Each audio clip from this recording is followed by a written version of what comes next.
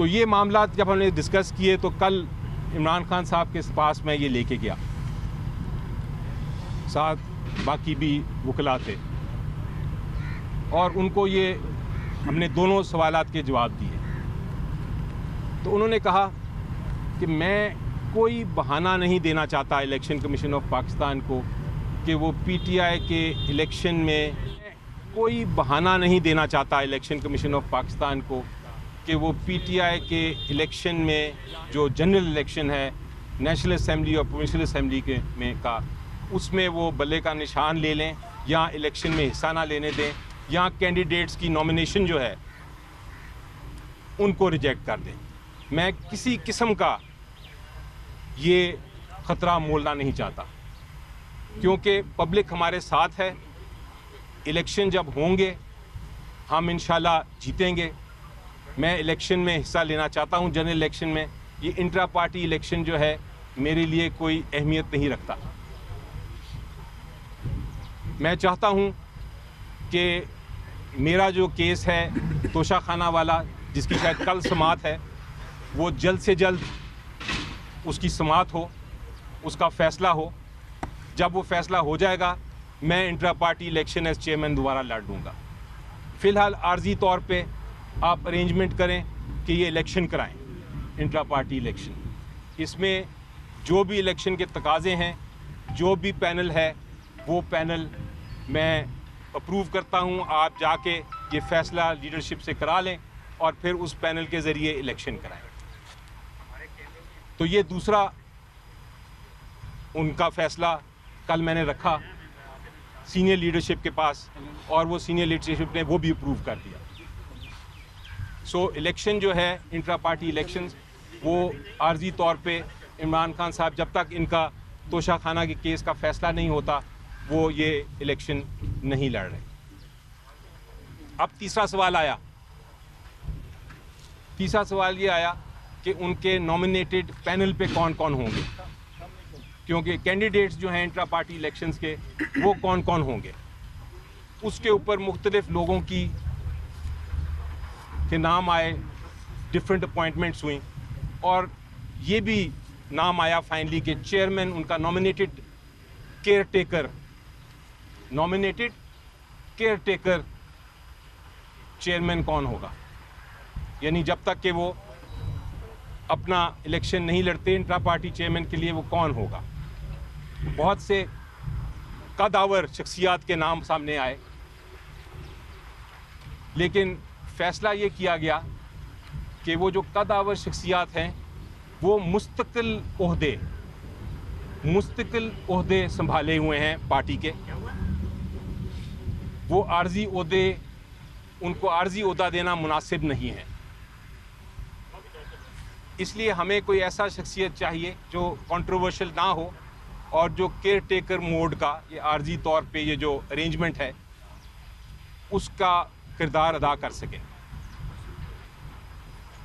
तो अब जो मैं नाम जो उन्होंने सिलेक्ट किया और जो नाम मैं लेने लगा हूँ वो एक ऐसी शख्सियत हैं जो कि कदावर तो हैं, लेकिन वो टेम्पररी अरेंजमेंट के लिए बिल्कुल मुनासिब हैं। और उनकी नॉमिनेशन से आपको पता चल जाएगा कि ये कोई -1 फार्मूला नहीं है, ये कोई कू नहीं है। ये इमरान खान साहब के अपने नॉमिनी हैं और ये एक आर्जी तौर पे जो अरेंजमेंट हम कर रहे हैं उसके मुताबिक मुनासिब हैं। ये जो र्यूमर्स चल रहे थे कल के या उससे पहले भी कि कोई -1 हम करेंगे, बिल्कुल नहीं। पीटीआई इमरान खान हैं और इमरान खान पीटीआई हैं। पीटीआई जो है वो इमरान खान साहब के बग़ैर कुछ नहीं। कागज़ पे अगर आप चेयरमैन हों या ना हों उससे कोई फ़र्क नहीं पड़ता। जो लीडर हैं और मुस्तकिल लीडर हैं वो इमरान खान साहब ही हैं। अभी चूँकि हमने कानूनी जो हमारी कार्रवाई है वो पूरी करनी है, कानून के तकाज़े पूरे करने हैं।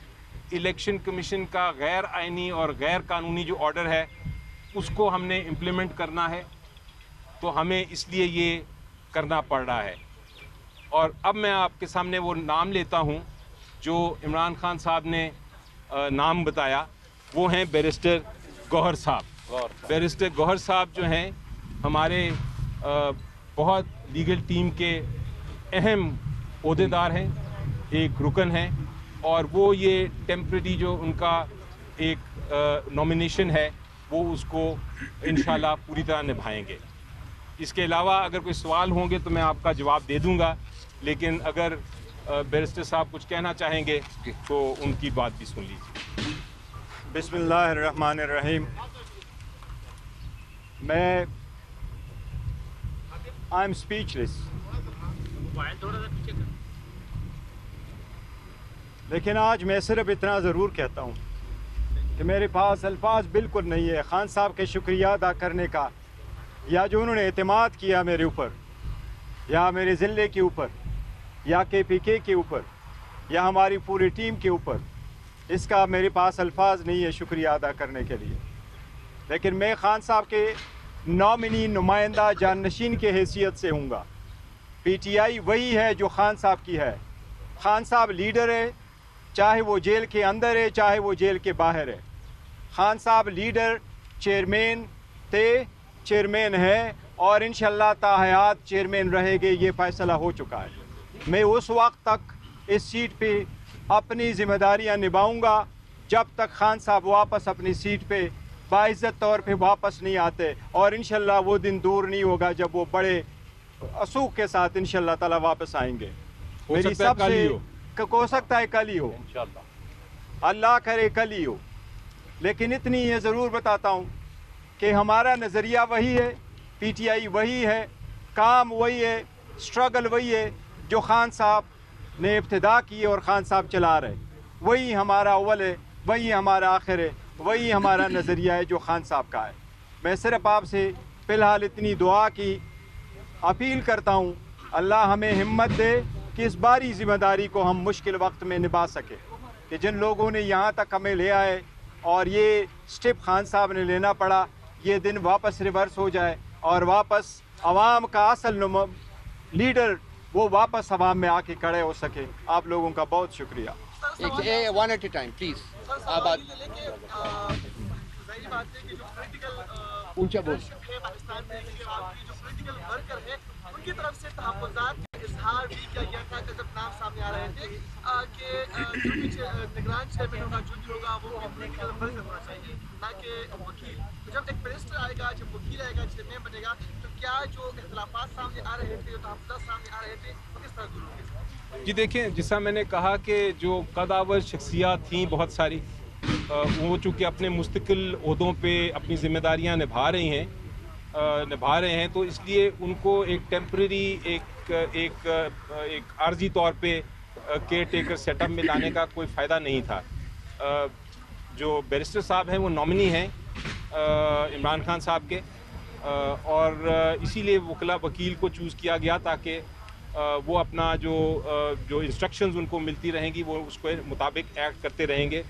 पॉलिटिकल फिगर्स अपने अपने काम कर रहे हैं।